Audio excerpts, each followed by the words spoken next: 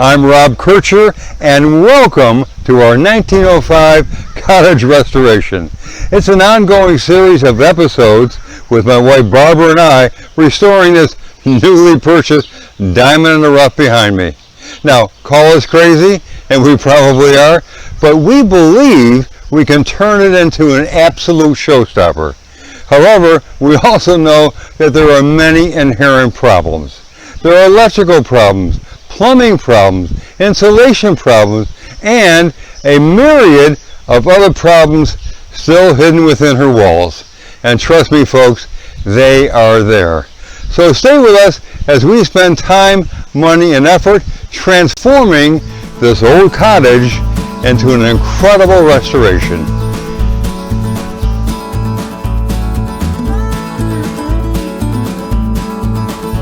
Coming up this week is part 2 of the multi-stage construction of my design of a classic portico for our 1905 cottage. My friend Proderick will be installing the asphalt shingles as I clad the structural supports, fascia, and other elements with PVC planking for years of maintenance-free protection. Then I'll be installing 4-inch square grids on the large openings and under the handrails of our portico for a graceful cottage look. It's all coming your way, so don't forget to subscribe, like, share, and comment. Folks, it is most appreciated. Thank you so much.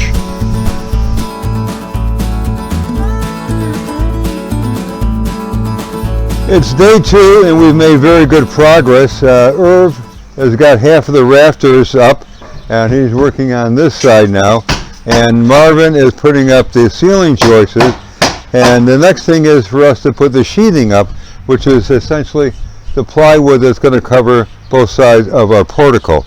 And Irv is just making a final adjustment on the rafter tails on this side, and also cutting away some of the shingles that he needs to put the flashing in. We're advancing very nicely on our project, and this is our portico that we're putting against the house to give us a whole new entrance and a really wonderful look.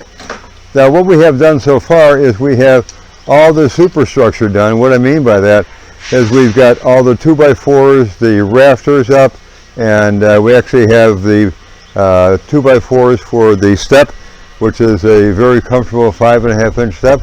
And so all that's going to go together today, and we're going to wrap all these posts with PVC from the rafter tails and also from the fascia board. So all that's going to get done today. So you want to stick around and watch all of that because you don't want to miss anything. We're using this 3/4 tongue and groove chipboard for our sheathing, and we've got one board up and we got another one leaning against the post, and this will be the third one. So once that gets up there, then we can start to tie into the flashing, put a drip edge on, and cut it for length. What I'm doing now is I'm taking this 1/2-inch cedar, and it's basically used for fences, as you can see. They have it kind of cut on the corners up there, but it's good for what I'm using it for. I'm actually ripping it in 1-inch strips. So we're going to create a grid, which I've done before a number of times, and it's going to be put on the far side of our portico with a couple of uprights, so it's going to look very nice. The sun has risen, it's a gorgeous morning, and I'm having my morning coffee. And behind me is our portico project. And as you can see, we're progressing very nicely with it. Thus far, we've been able to put the roof on. And then our 6x6 and our half posts against the house, we've wrapped with a PVC planking, along with putting in our soffits. Now that planking is, it's 1x6, in technicality it's a 5.5 width, but who cares about that in any event. The other thing we're doing is putting up our ceiling. Now this stuff is also PVC, and it's great, I love it, and I'm just showing you an example of it. I hope you can see it. It has a beadboard design on one side, and then it has just a plain planking, if you will, on the other side, which is sort of boring. So we're going with the beadboard. and it matches everything else we're doing with the house. So we're going to be putting that up today, finishing that part of the project, and then hopefully we'll be putting up our handrails on either side of the front steps, and that's going to be 2x6 pressure treated wood, so it's wide enough for Barbara to put some planters on it. And then above and below that, along with the space between my 6x6 posts, I'm going to be making a wooden grid made out of cedar, 4x4, opposed to the diagonal stuff that you see around all the time, which is also PVC. It's just, I don't like it. So I'm doing the 4x4. And then the other thing we'll be doing, hopefully, is putting in our front steps. And I'll show you what that looks like in just a few minutes. So hang around with us as we progress with our amazing portico project. This is what our deck is going to be made out of, and we're doing it in random lengths. It's a 6-inch by almost a full inch. It's a man-made composite. You've seen this all over the place, but we like it because it has a wood grain and we like the gray color. We were able to install these two handrails that you see on either side of our step landing, and they're made out of pressure treated 2x6s, doubled up and then buried into the ground about 2 feet, and then secured very firmly to our 2x4s with screws. And trust me folks, it's not going anywhere. It's very firm.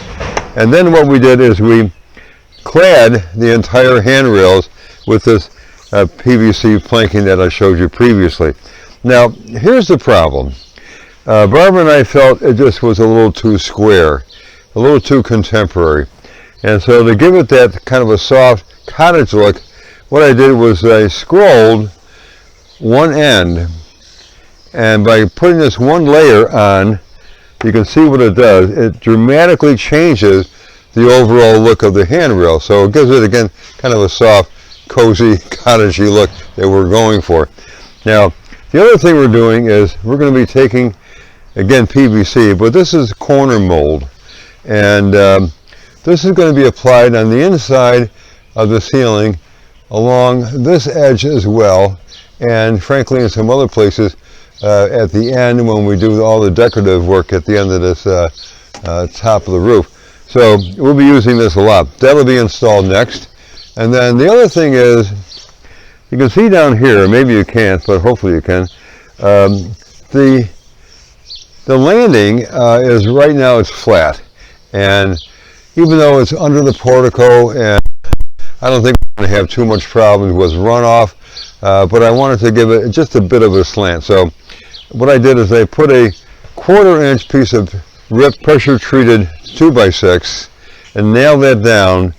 And then what I did is I took some of the waste that we had from this planking and then created like long shims, if you will. So going from 1/4 of an inch down to nothing, and that'll give us a little slight pitch. So when we put our decking down, I won't have any worries about the water running off properly. So that will be done today as well. And if we're lucky, we might get on to actually creating some of the grid work that's going to be applied to the portico. Here we will have a grid, and of course on that side we're going to have a grid as well.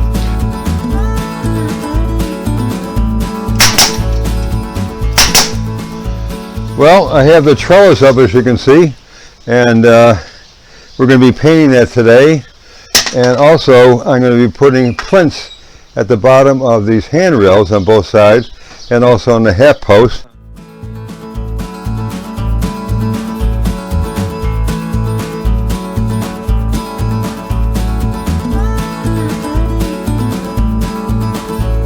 Oh, and Barbara is going to be painting the inside of the door on both sides.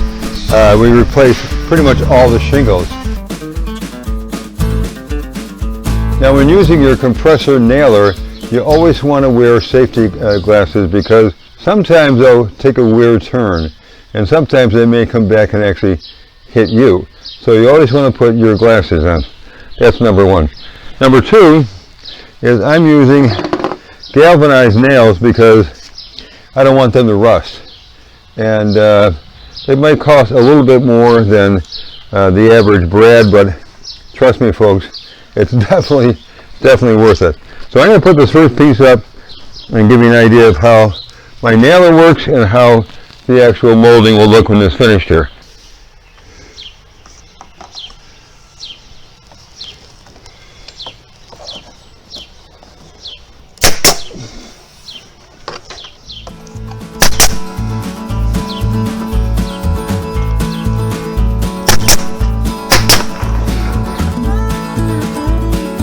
Well, I hope you enjoyed episode 13.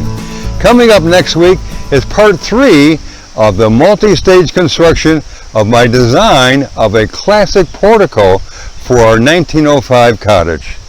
Now, Marvelous Marvin and I will be pouring a new concrete sidewalk that will extend from the portico to the back patio. And what a welcome addition it will be. Instead of walking in mud and on a few scattered stones, will actually be high and dry. How about that? Then I'll begin laying an adjacent meandering stone path which will frame our new hosta garden, and I can't wait for that. It's all coming your way, so don't forget to subscribe, like, share, and comment.